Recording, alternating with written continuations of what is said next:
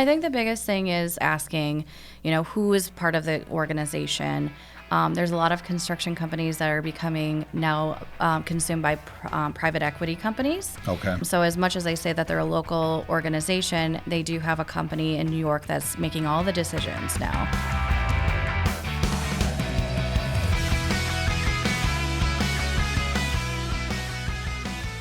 Hey everyone, Jason Gorman with Getting Real with Jason. We're going to get into solar power and the impact on replacing your roofs.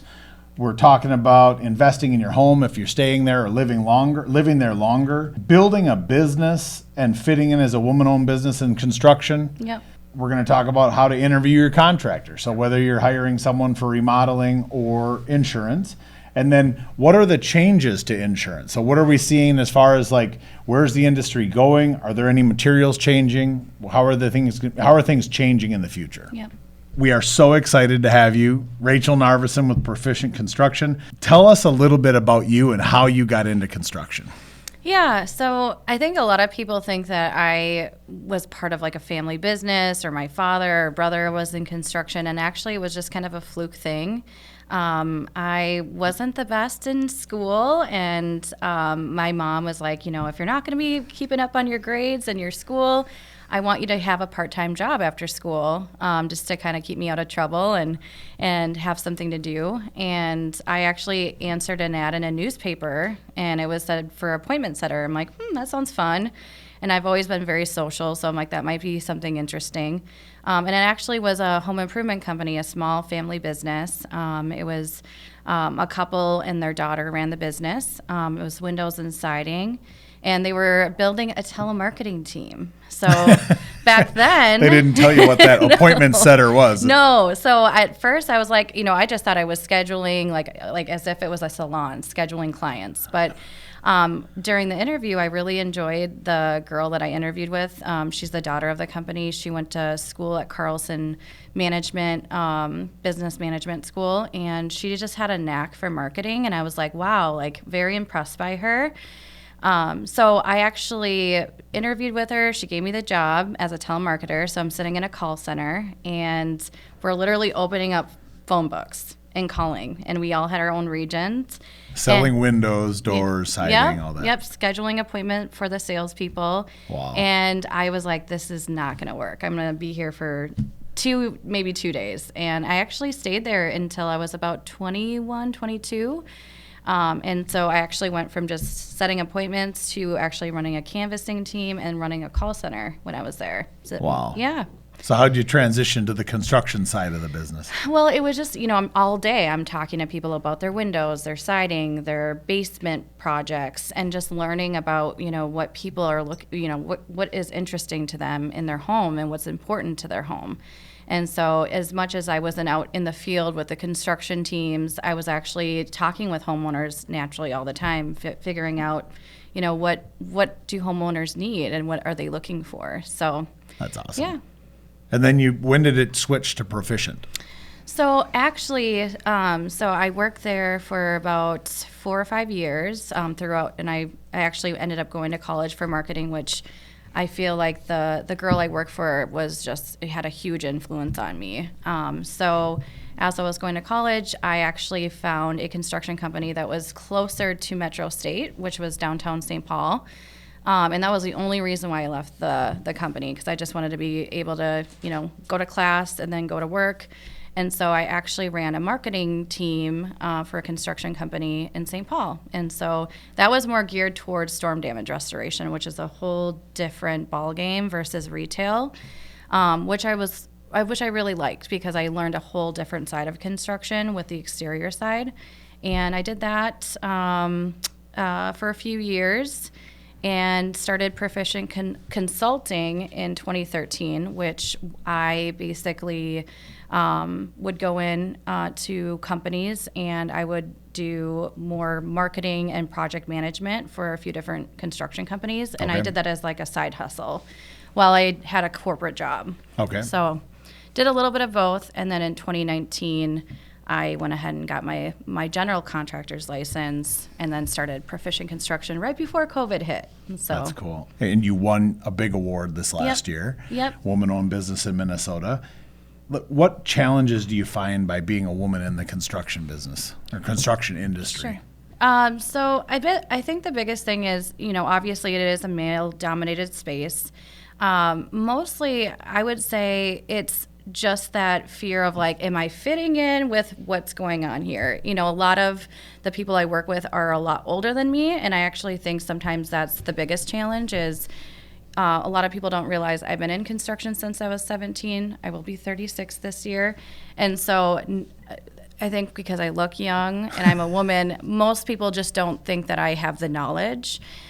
So it's mostly making sure that like people understand that like I do have the background and understanding, the building materials and construction and the process. All of that. And all of that has been my biggest challenge. But I think it's all about, if you come to the table and you show people that you have the knowledge and it's not just fluff, then people take you more seriously. So there's a little bit of a curve to that and a little setback, but one of the things that I'm starting to see a trend is like these women-owned construction companies, and a lot of the time it's the wife and they want to have that title of women-owned, but they're not actively working in the business, where our organization, like I'm actively involved. You're there every day. I'm on dealing with production. I'm dealing with sales. I'm dealing with marketing, and so there's this trend now with women being in the construction industry, which I think is great. I love that people are more interested in it.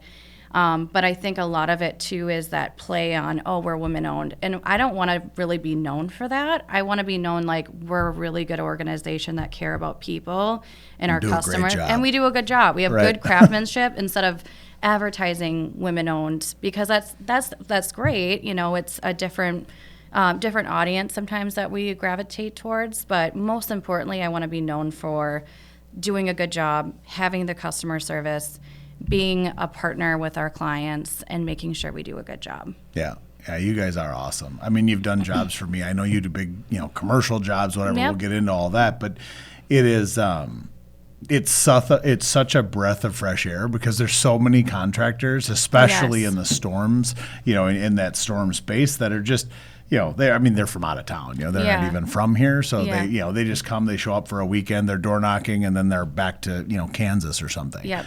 And so you don't get any sort of service. Yep. When you look like, what is the key for your rapid growth? I mean, you guys, like you say, you started in 2019. Mm-hmm. You had all those years run up to that, but from 19 to 24, it's like crazy. What is that? How does that rapid growth happen? Like, what is the key? Yeah, so I would say from 2019 to last year, we grew over 50% year over year. And the reason why we did was, actually COVID was kind of in our favor. I remember March of 2020, and I'm like, wow, I just started this business. The world is shutting down. Nobody is going to want us in their home. Right. And because not only do we do, obviously the exterior side, but a big portion of our jobs are interior. So remodeling. I'm just thinking at that moment, there's no way that people are going to want us in their homes. And it actually did the opposite. COVID completely swung us into a different ball game because people wanted to be at home. They wanted to invest in the thing that was the most important to them, is family time, being in their home. If they're going to be stuck in their home, do they want to have a finished basement and another space for their home, their kids to play in? Also, even the deck side of things. People were, if I'm going to not be able to go sit up on a patio and have drinks with my friends at a restaurant, well, I'm going to make a nice oasis. I'm going to fix my deck at my house. Exactly. And so it just did the complete opposite, and that just kind of kick-started things for us. Wow. And then it was really just, what I really wanted to design our business is, I see a lot of these construction companies that they basically, they're very turn and burn. They're trying to get in and, do as much volume. And I wanted to start really small on some bigger jobs that we actually landed. And with that, by doing a good job and just having connections with people, we were getting referrals, repeat business. Yeah. And actually, this year was the first time that I ever spent any money on marketing. Oh, really? This was my first year I've ever spent money on marketing. Everything has been word of mouth, networking. I like to be a part of different women's groups and mentorship programs. So A lot of it was I wanted to have more relationship based approach, and that's really what kind of grew our business. It's just word of mouth. Are there what areas do you guys specialize in? I know you guys have done, you've done gutters. You're doing gutters on a house for me right now, yes. and you're re-roofing and meeting with an insurance company on an insurance claim, and that's actually happening while we're sitting here doing this. What other things do you do other than say gutters and roofing? What other areas do you specialize in? Yeah, so we're actually building. We build mother-in-law garage suites, right? So we don't do full build constructions, but we'll do, additions, garages, barn dominiums is a new thing right now that people are doing. And then we actually have someone on staff that does design. So he comes in if they want to do a new kitchen design or a basement, he'll put together some plans for you. And then, it's a service that we just offer to our clients that are wanting to do that. So I've really divided our company into two sides. So it's the, more the storm damage exterior side. And then I also have our interior and remodeling side. And really they're two different. They're so completely different client base, and we have different project managers for both. And you do some commercial too, right? Yep. So actually we do commercial roofing. We've done multifamily, which is considered commercial. And then also we're a vendor for Target. So for their flat PVC roofing as well. Yep. That's really hard to get, right? I mean, it's not everyone gets to be a vendor for Target. Yeah, they were specifically looking for a Minnesota-based commercial roofing partner. They also they did have some organizational changes in Target where they're trying to diversify who their vendors are within Target. So they have some internal requirements. Because we're Minnesota-based and we're women-owned, it kind of helped us get in the door. Very cool. Yeah. Well, congratulations. Thank you. Hey guys, sorry for the interruption. If you like this content, please subscribe to our channel. Now back to the video. What, if you can think of, say, in the last year, maybe even since the beginning, what's been a really cool project that you've worked on, and maybe what made that special? Yeah, so one of my favorite projects we worked on was, it was a kind of a rundown church that we did in Oakdale. It needed a facelift. Actually, originally the blueprint of the church was like an old barn that they built out. And it was, it needed a whole facelift. It needed a new deck, it needed a new roof, siding. And this was a church that really wanted to make it look like you're not walking into like a traditional church.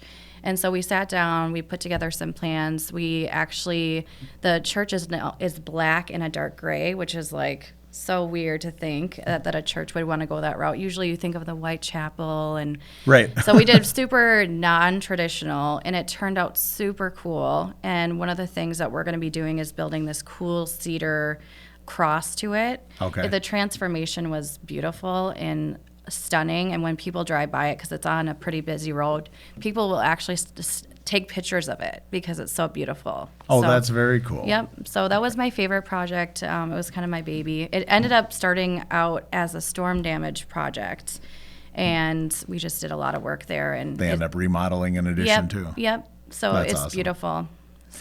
So walk me through your process when you meet with a client. Like from initial consultation to design, walk me through that process. Yeah, so it depends on if it's an exterior project or if it's a remodeling project. There's a lot more steps when it comes with remodeling.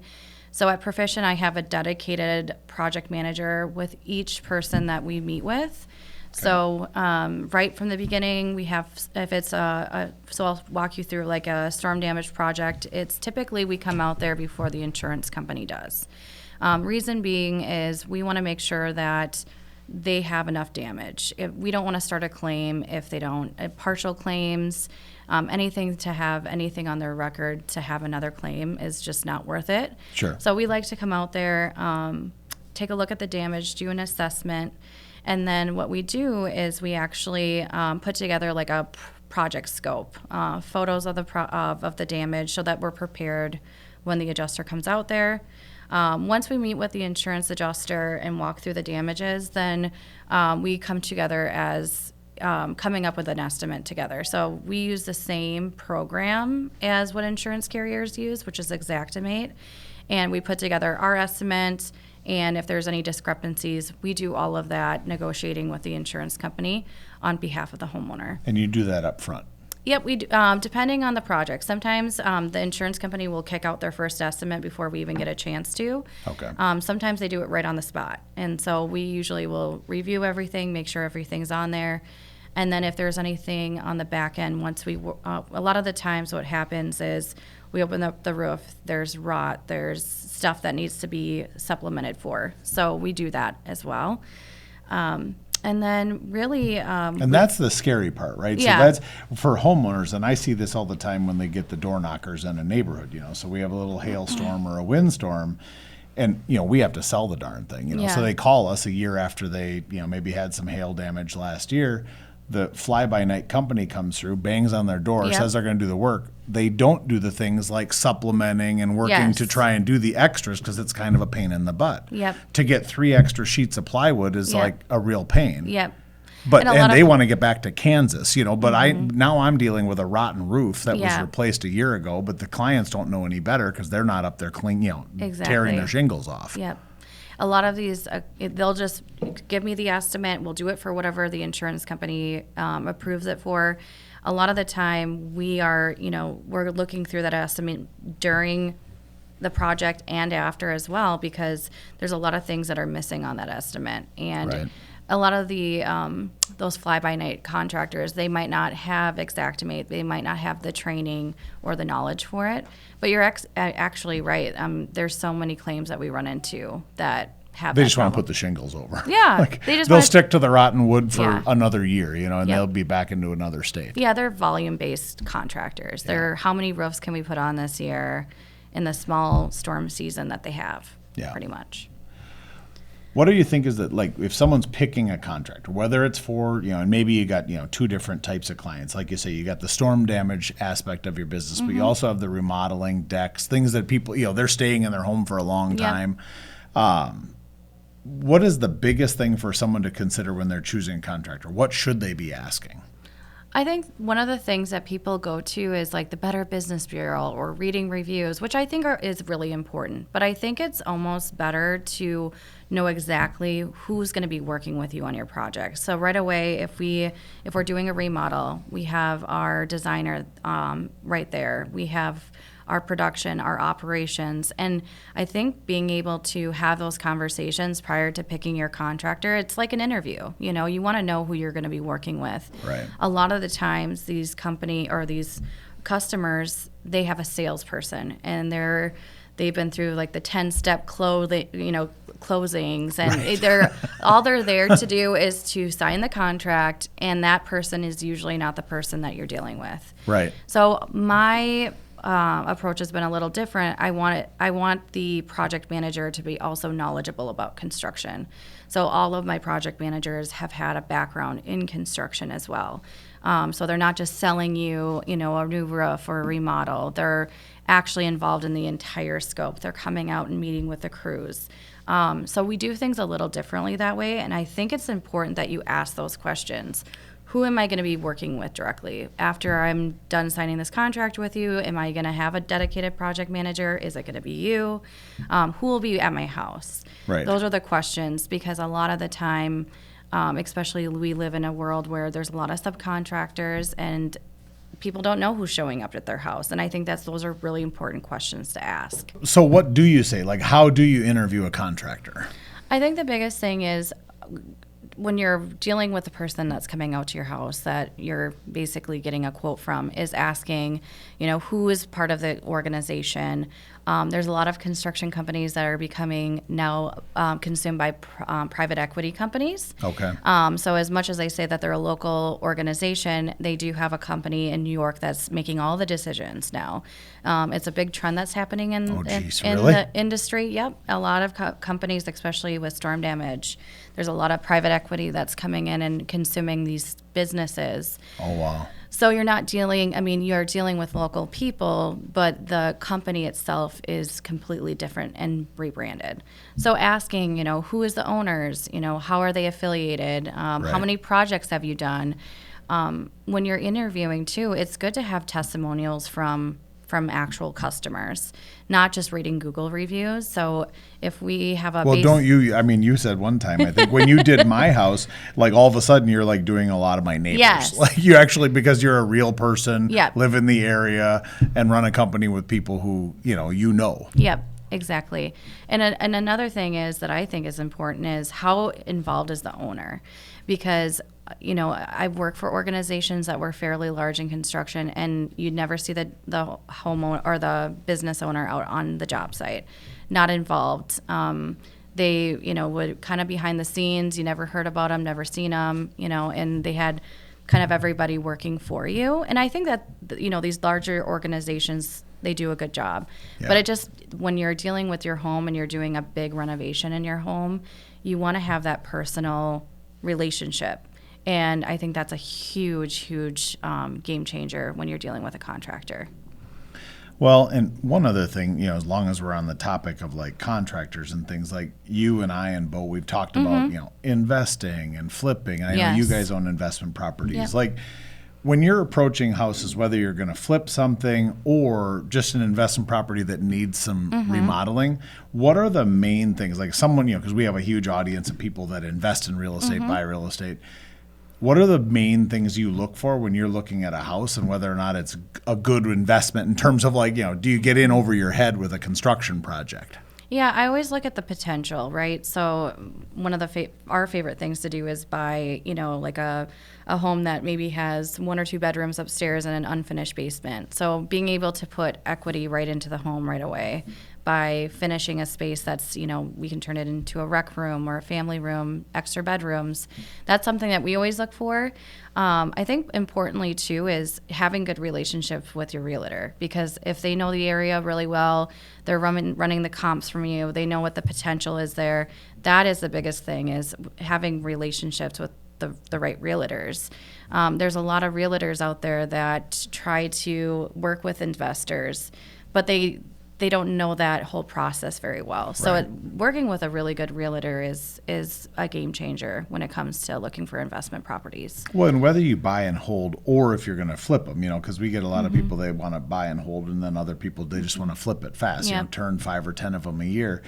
And, the buy and hold, obviously you can get away with more mistakes, right? Because you're going to have it for 5, 6, 7, 10, 15 years. Yep.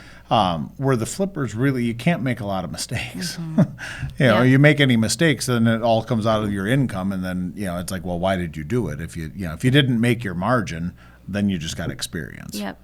And I think, too, if you're looking and doing investment and you're not doing the sweat equity yourself and you're hiring a contractor, making sure you have good relationships with your contractor. A lot of realtors that I know, or people who have invested in homes, they hire someone because it's the lowest bid and they're trying to keep the labor down, and they're not showing up. And they're calling them, hey, when are you going to be done with this project? Took them 5 months to do the remodel. Exactly.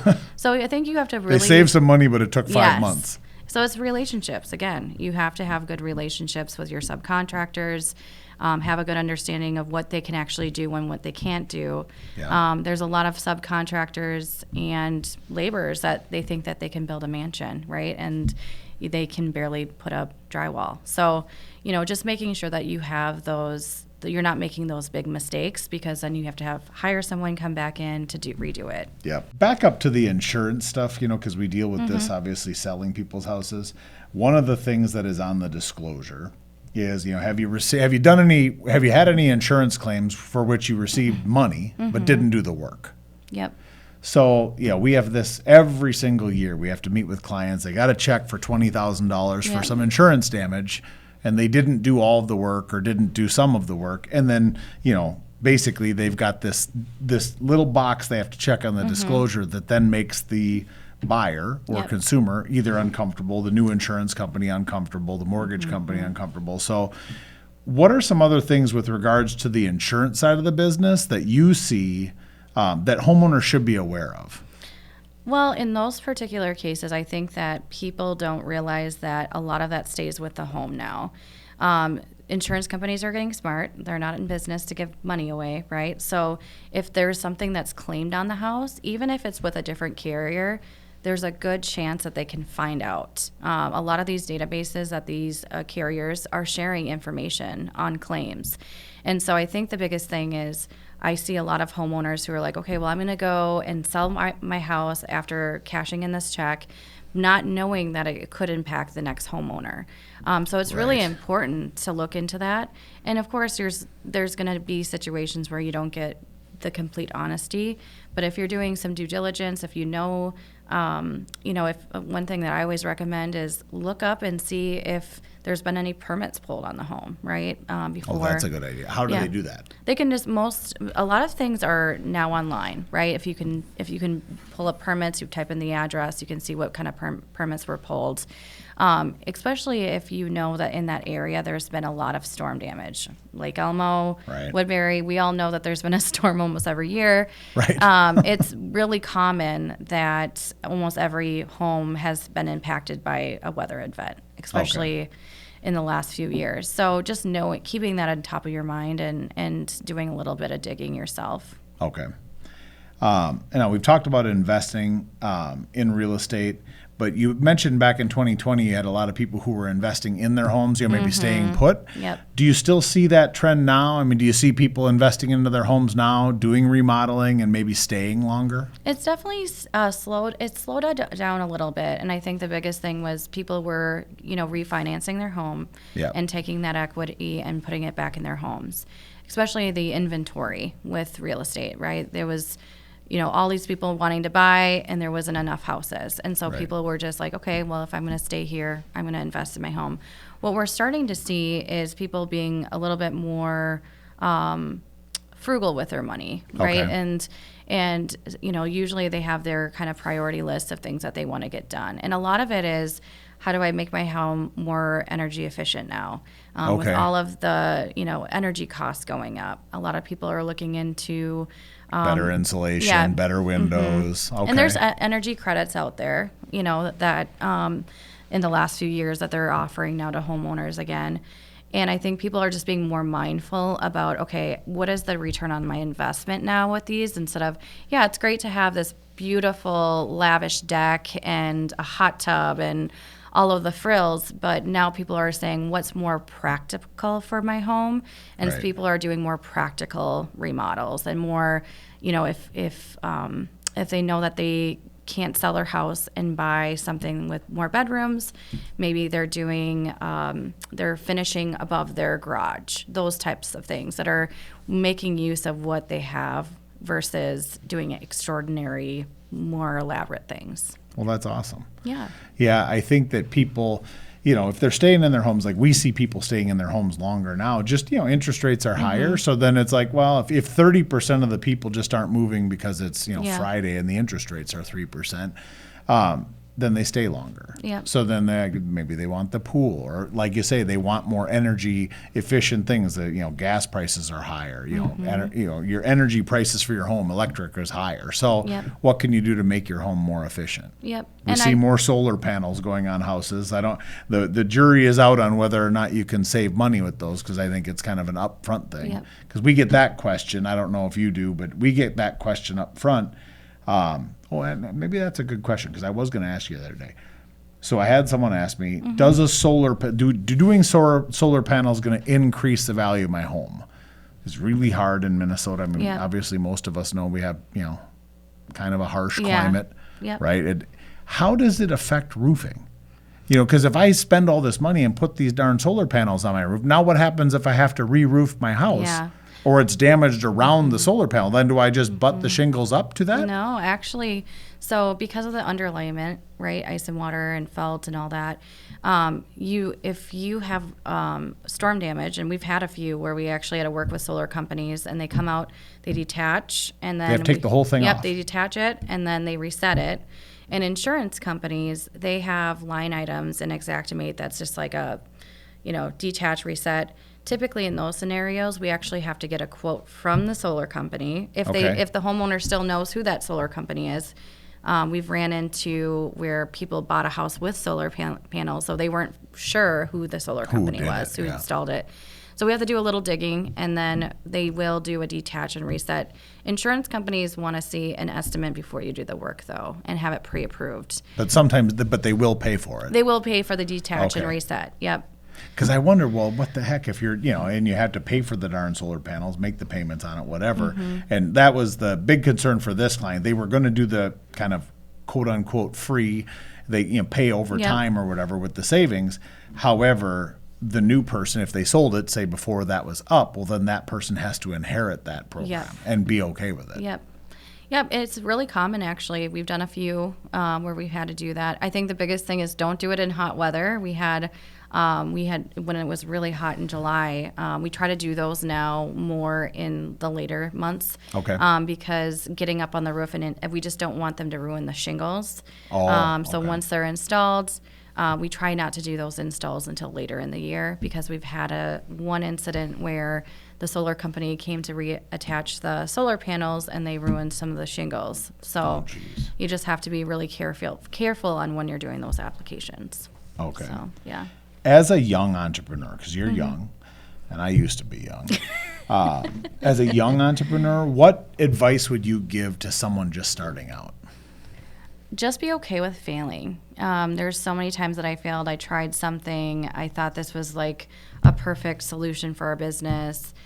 Just trying and failing and being okay with that. Be okay with it. And just being okay with it. I think people give up too easily. Yeah. They want that instant gratification, especially in my generation.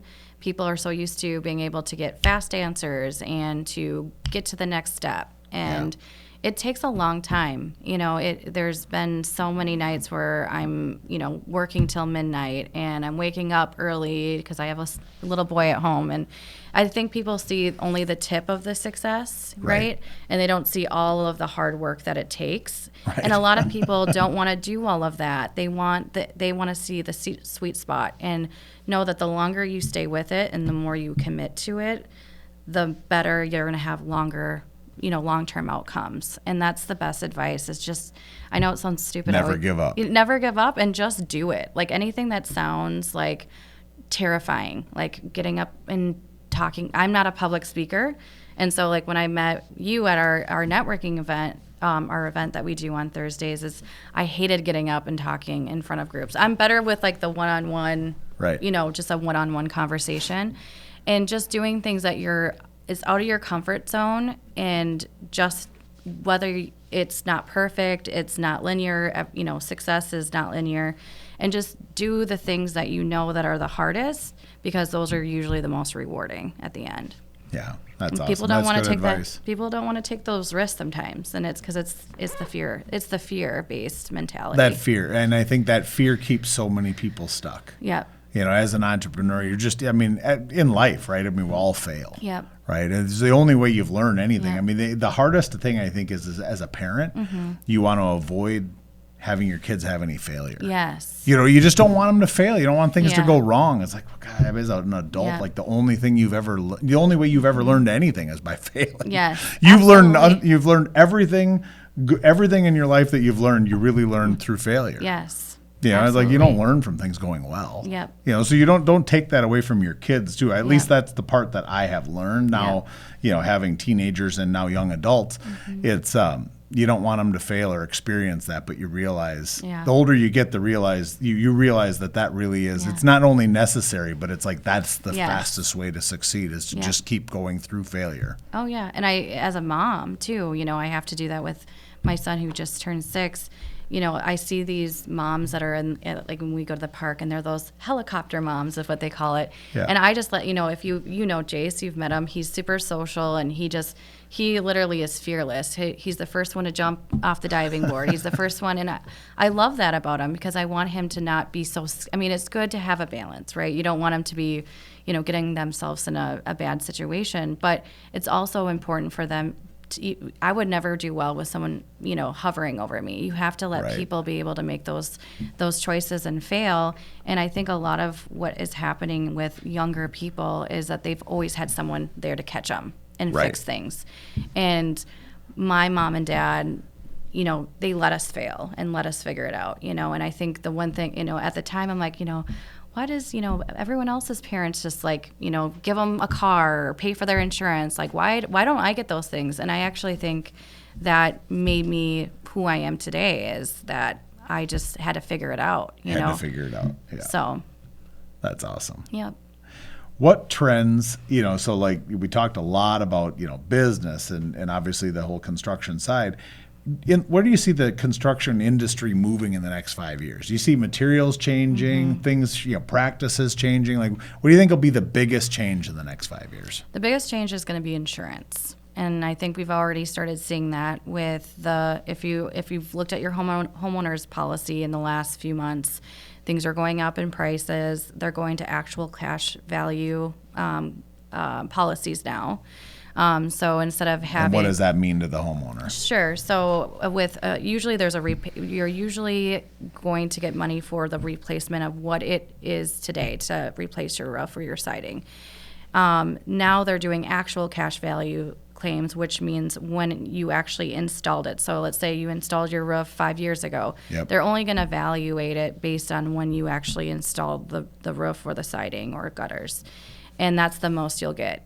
You'll have to pay out of pocket for the remainder of that on what it would cost today to make those changes to your home. Did they also depreciate the value? Because take the 5 Yes. years of use off. So you started with a product, Yep. but now it's gone up. It's inflated in Yep. 5 years. So the inflation part they're not going to give you, and they're going to depreciate where you Yep. started from. Yep, so they're going to depreciate that, which is your actual cash value of Okay. the claim. And so people are going to be held responsible now for that portion on top of their deductibles. Deductibles are changing to more percentage basis. So, if you have a $400,000 house and it's a 2%, they're going to charge you for that, for your deductible. So $8,000 Yes. deductible, as opposed to sometimes in the past people, they had $1,000 deductible. Yep, I've seen it as high as $12,000. So you have to, now with that changing in the industry, it's going to be a domino effect with what type of products are we putting on our homes. So Proficient Construction, just this year, I used to work with one of the largest manufacturers for roofing shingles. And the more I did research, the more I was wanting to find a product that I could offer to everyone that is a better quality shingle, that you get discount on your insurance. And so now we went to Class 4 only. We only put on Class 4 shingles. What's Class 4? What does that mean? So Class 4 is basically the product itself is a heavier product. It's a heavier shingle. Usually it has rubberized material in it. So the product that I use through Malarkey, they actually used recycled material like tires and plastics. And it actually helps with the impact of hail, right? So what they do is they classify the shingle based on, if you take from 20 feet down, and they have a two diameter hail ball. Okay. And they see if they can withstand. So a Class 4 can withstand up to a 2-inch hail ball, which that's pretty common in Pretty Minnesota. big, yeah. It's rare that we see that here in Minnesota, but a lot of states are moving to Class 4 only. So Colorado, you can only put Class 4 shingles on because there's been so many claims, and they had to do something about it. And you guys moved exclusive to that, but a lot of contractors obviously are still putting the old stuff on. Yep. And so we just we are trying to get ahead of it, right? And offering, so I actually went to all of my suppliers and said, hey, I want you to be on board with this. How can I offer a shingle that's a Class 4 shingle? It's better for the environment. It's going to be on people's homes longer. I'm not having to replace people's roofs every 3 to 4 years. Yep. And finding a product that can withstand these weather events that are happening and put more money back in the homeowner's pocket to save on insurance. And I was able to get this product that I could get the same price for as a Class 3 shingle. Wow. And so a little legwork, but it's better for my clients, it's better for the environment, and it's, as humans, the right thing to do. Well, it's been great talking to you, getting to know you and your construction company better. I mean, obviously I've worked with you personally. I couldn't rave about you or your company enough. Thank you. And so for people that need to get a hold of you or want to get a hold of you, your contact information will be below. Yep. And we really appreciate you coming out. Awesome. Thank you. Yeah. Curious about your home's value or thinking about making a move? Reach out to myself or one of our agents today.